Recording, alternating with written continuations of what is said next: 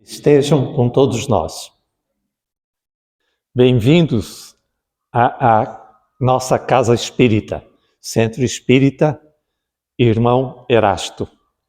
Toda Casa Espírita é um oásis de refazimento das nossas energias. Aqui nós colhemos as energias que os espíritos superiores já prepararam de antemão para nos oferecer. Aqui recebemos as energias para o nosso espírito e para o nosso corpo. Para o nosso corpo, por quê? Todas as nossas doenças, elas se originam em nosso espírito. Como foi falado, o nosso tema é a beneficência. Beneficência, pelo dicionário, é o hábito e o ato de fazer o bem. É a prática de obras de caridade. Ou ainda, nós podemos achar como sinônimo de beneficência, filantropia. Por isso que nós encontramos na internet, né, quando nós acessamos o site da CERT, nós encontramos lá que a CERT é uma entidade filantrópica. Então, é uma entidade beneficente, é uma entidade que pratica obras de caridade. Vamos procurar no Evangelho de Jesus, segundo o Espiritismo, isto é, o Evangelho explicado segundo a luz do Espiritismo, segundo o entendimento dos espíritos superiores, segundo o entendimento dos espíritos de luz. Vamos procurar no capítulo 13º, intitulado Não saiba a vossa mão esquerda o que dê à vossa mão direita, algumas instruções para que nós possamos nos conduzir nesta terra para o caminho do bem. No item 11 desse capítulo, um dos espíritos elevados, ele nos diz o seguinte: amigos, neste mundo tereis muitos apuros, mas também tereis muitos deleites. Tereis alegrias no coração que nem o remorso, nem a indiferença perturbam.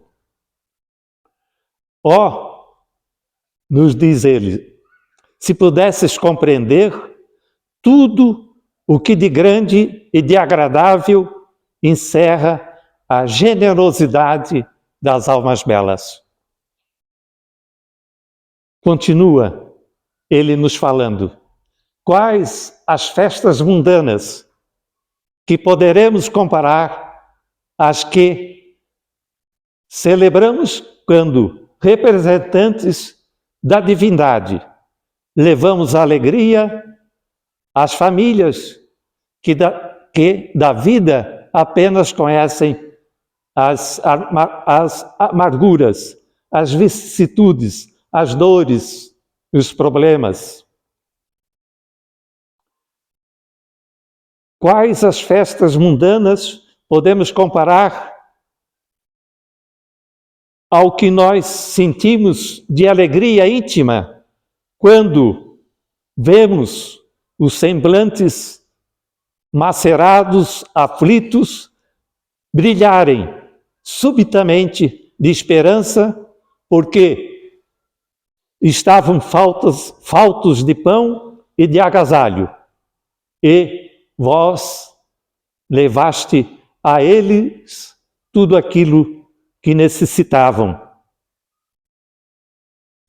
Compreendei quão deliciosas são as impressões que recebe aquele que vê renascer a alegria, onde, momento antes, só havia desespero.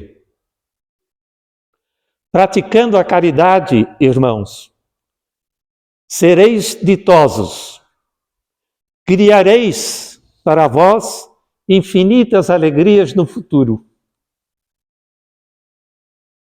É na caridade que devereis procurar a paz do coração e o contentamento da alma, o remédio para as aflições da vida.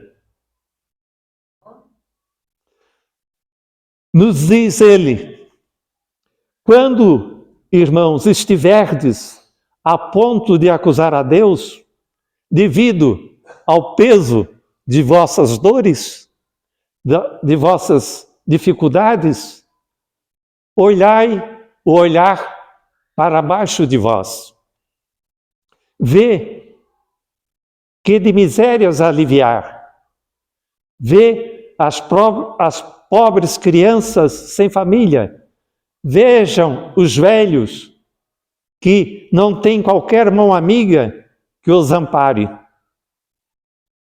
Há quanto bem a fazer. Ó, não vos queixeis. Ao contrário, agradecei a Deus e doai a mãos cheias a vossa simpatia, o vosso amor, o vosso trabalho, o vosso servir. Doai para todos os que, deserdados dos bens desse mundo, estão fracos, estão debilitados, estão abatidos na dor e na solidão.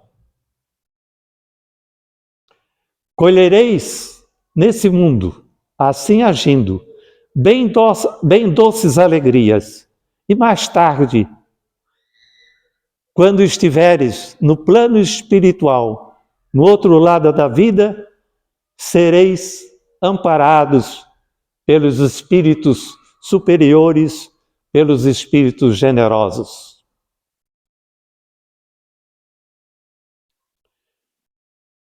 Ainda procurando coletar no capítulo 13º do Evangelho segundo o Espiritismo, não saiba a sua mão esquerda o que faz a vossa mão direita, nós encontramos uma outra instrução de um espírito de luz que no item 12 nos concita a ser bons e caridosos.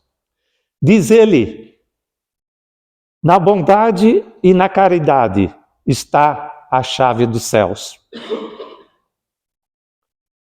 Toda a eterna felicidade se contém nesse preceito.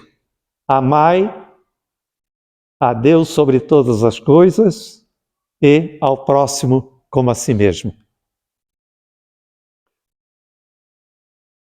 Continua ele a nos ensinar. Não pode a alma elevar-se às altas regiões espirituais senão pelo devotamento ao próximo.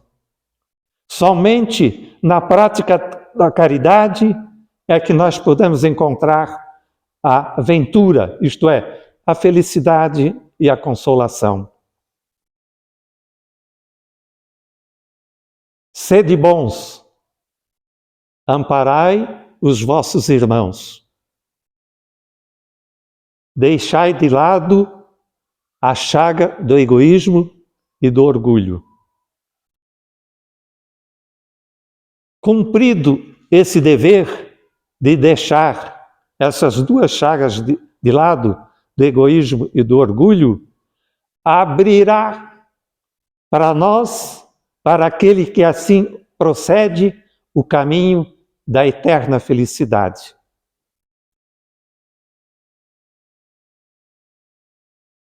Nos querendo ainda exortar a prática do bem, a prática do amor, da generosidade, do servir ao próximo, ele ainda nos diz o seguinte: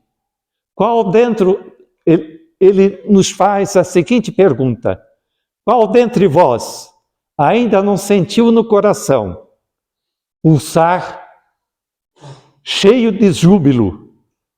Não sentiu ainda o seu coração cheio de íntima alegria ao verificar que alguma pessoa cheia de amor, cheia de vontade de ajudar o próximo, cheia de boa vontade, se dedicou e fez uma obra verdadeiramente caridosa.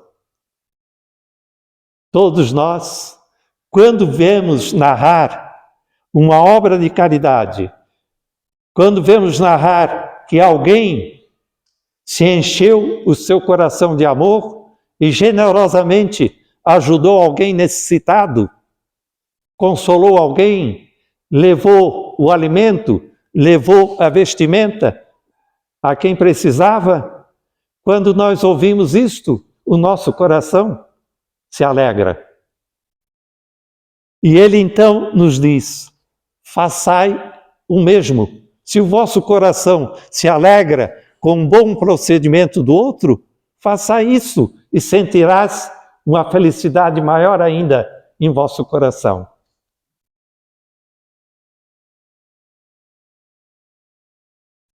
Há várias maneiras de fazer-se a caridade. Pode-se ser caridoso mesmo em casa, mesmo com os parentes próximos, com os amigos, no trabalho, na diversão. De que forma? Sendo indulgentes uns para com os outros, perdoando-nos mutuamente, perdoando as fraquezas que possuímos, que nós e os outros possuem, cuidando de não ferir o amor próprio de ninguém. Ainda, o Espírito de Luz, ele nos dá a seguinte instrução: vós, espíritas, podeis fazer a caridade na vossa maneira de proceder com aqueles que não pensam como vós, induzindo-os a vir à vossa casa de luz para que eles possam ser esclarecidos. Mas faça isso sem o chocar, sem investir contra as suas convicções, e sim atraindo-os amavelmente às vossas reuniões, onde eles, por certo, poderão ouvir-nos e onde saberemos, nós espíritas, que o estamos recebendo, descobrir nos seus corações a brecha para nele penetrarmos. Eis aí um dos aspectos da caridade. Procurando ainda em outro item do mesmo capítulo que nós mencionamos, nós vamos encontrar uma outra instrução de um espírito generoso e amigo. Ele nos diz assim: meus caros amigos, todos os dias ouço entre vós dizerem o seguinte: sou pobre, não posso fazer a caridade. E todos os dias vejo que faltais com a indulgência aos vossos semelhantes. Vejo que todos os dias não perdoais os vossos semelhantes. Vejo que todos os dias se arvorais em juízes, muitas vezes severos, sem atentar para o quê? Ficarias muito satisfeitos que, ao teu turno, eles fossem amáveis para contigo, eles te perdoassem as tuas faltas. Aqui, nós podemos nos lembrar do ensinamento de Jesus. Quando diz que nós devemos proceder para com os outros da mesma maneira que queiramos que os outros procedam para conosco. Não devemos fazer nada ao outro que não queremos para nós. Se queremos o perdão, devemos perdoar. Se queremos ser compreendidos, devemos compreender. Se queremos ser tratados com generosidade, devemos tratar os outros com generosidade. Se queremos ser auxiliados, auxiliemos os outros.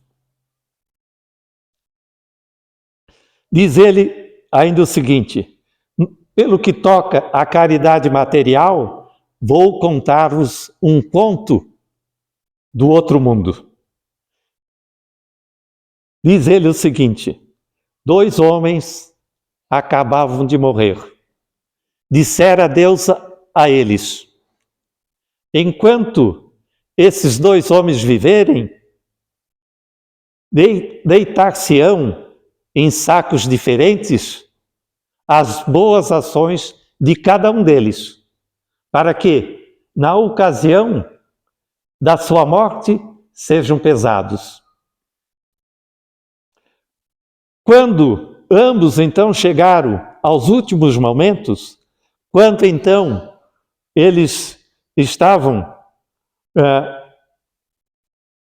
próximos à morte, ao desencarne, Deus mandou que lhe trouxessem os 2 sacos. Um deles estava cheio, volumoso, atochado, e nele ressoava o metal que o enchia.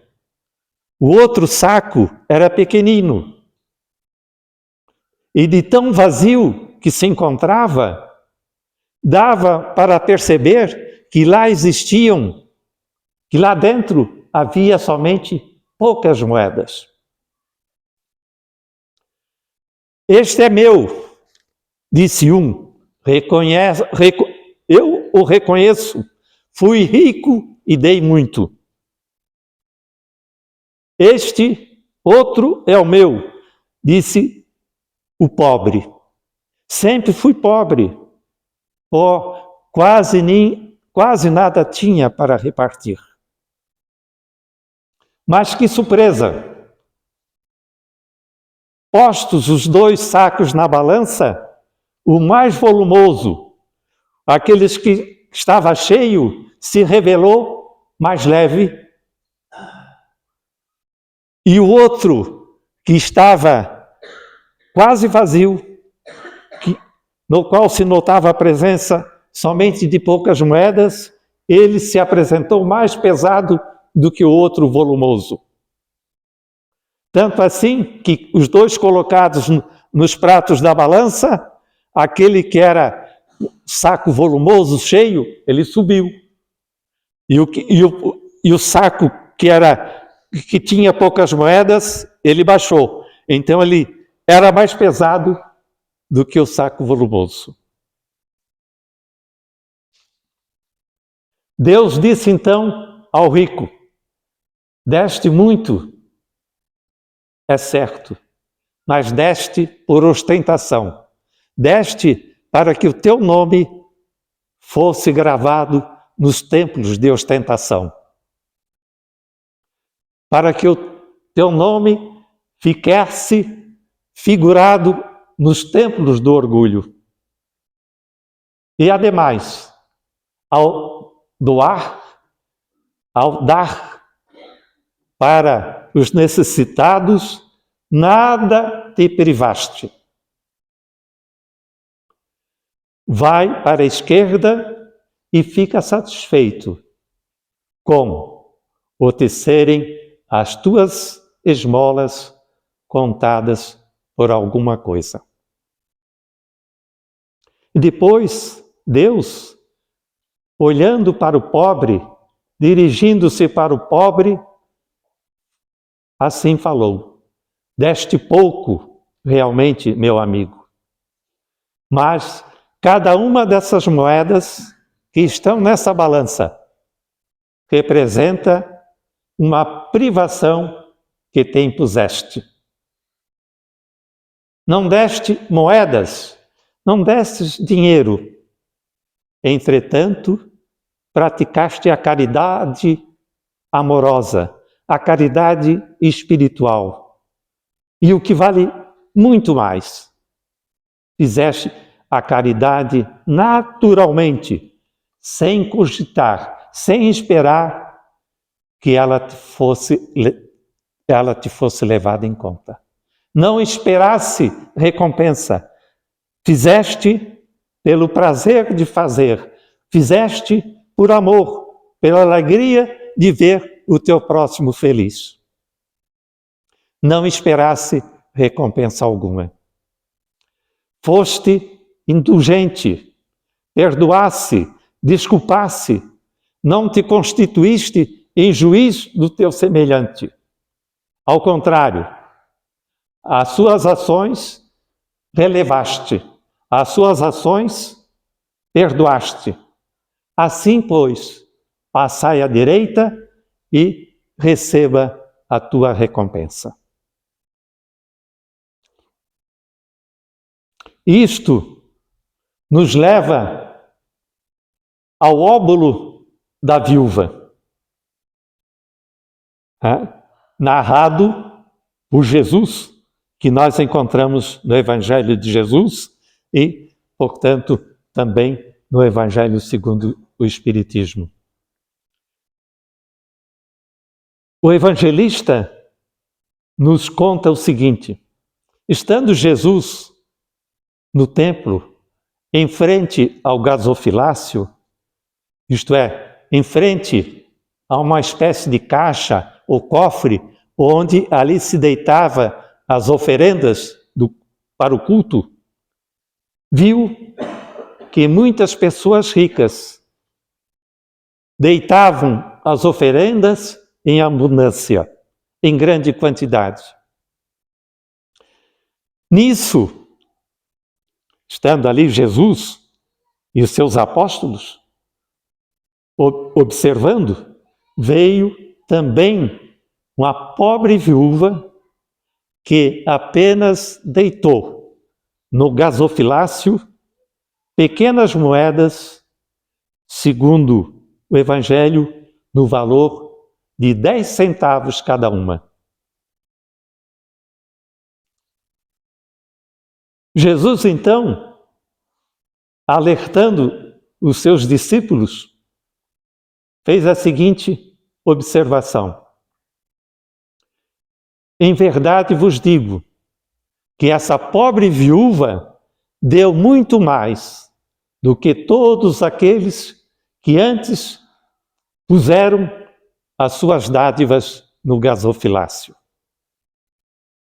Porque todos os outros, antes dela, deram do que lhes sobrava, deram daquilo que tinham muito, ao passo que ela deu daquilo que lhe fazia falta. Deu mesmo tudo o que tinha para o seu sustento.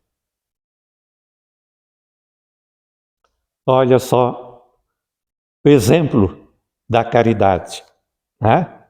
Ela, embora extremamente pobre, mas achou que podia ainda ajudar alguém, né? Tinha um coração cheio de amor ao próximo, tinha um coração generoso.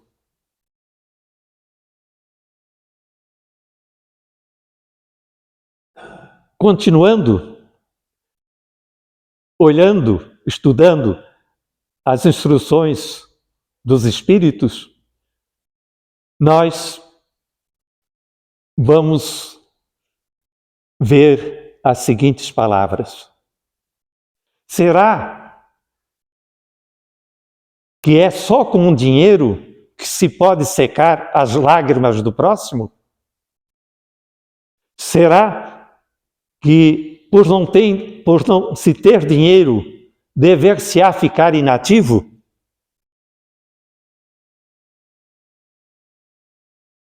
Continuando, ele diz: todo aquele que sinceramente deseja ser útil aos seus irmãos, 1000 ocasiões encontrará de realizar o seu intento.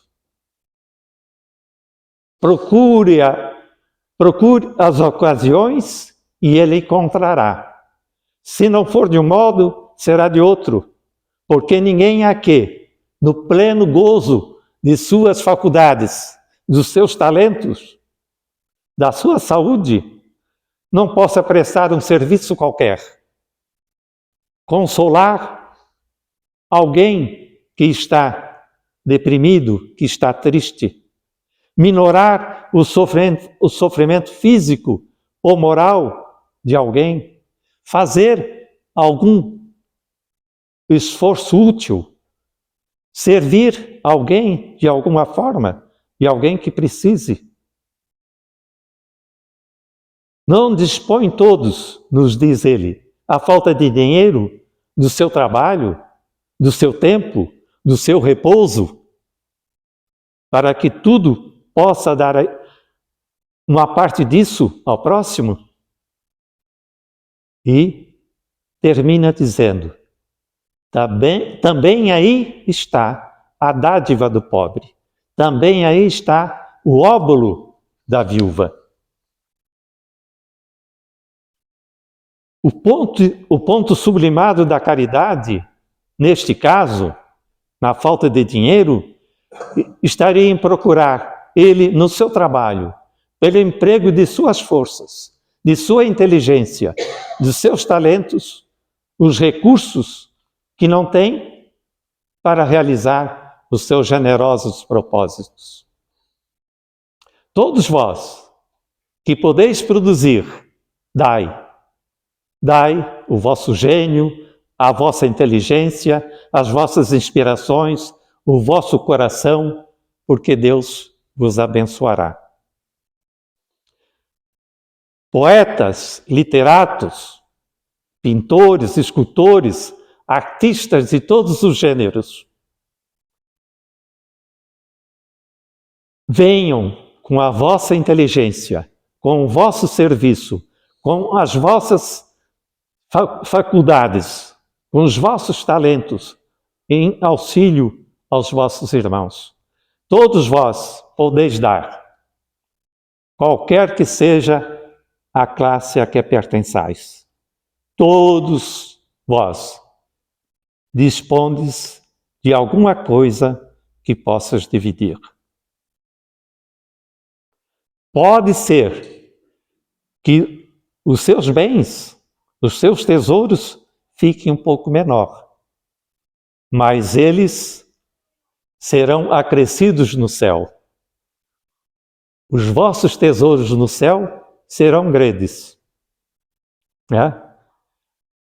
Jesus não nos exortou que devemos procurar construir tesouros que possam ser armazenados no céu, através da nossa bondade, do nosso serviço, da nossa caridade,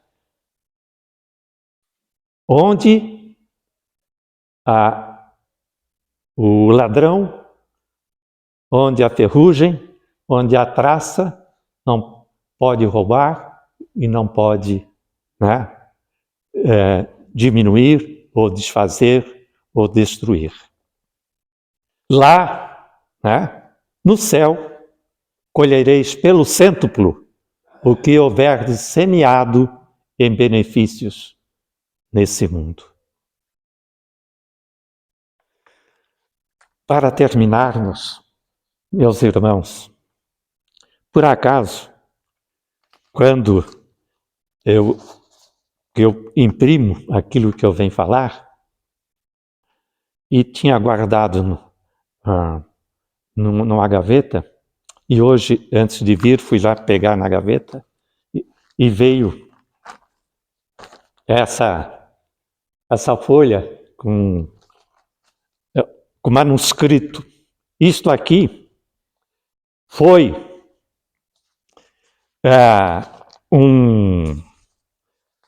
alguém que recebeu quando, nos anos idos, precisamente no dia 17/6/2010.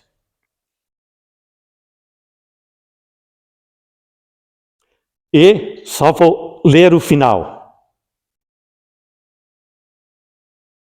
Nunca será pouco o esforço que façais neste mundo. A caridade que façais é o roteiro de vossa própria redenção, dando curso ao que programaste para a presente encarnação, assim de que possas fazer a redenção, a fim de que possas redimir das tuas faltas anteriores. Ser servidor do Cristo. Ainda bem que eu guardei isso aqui, tá?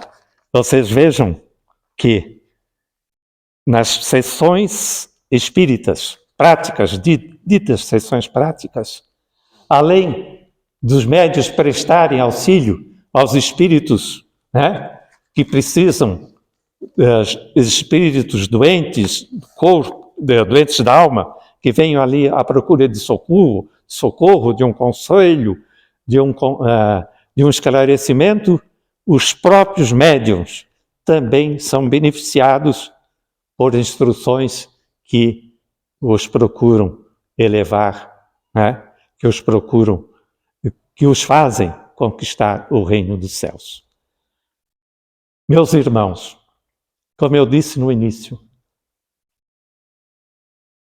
a casa espírita é um oásis, né? Onde nós nos reconfortamos espiritualmente e materialmente. Aqui já é um pedacinho do céu, se nós pensarmos bem. Aqui existem espíritos maravilhosos, espíritos bondosos que estão auxiliando cada um de vocês, cada um de nós. Obrigado, meus irmãos, pela atenção.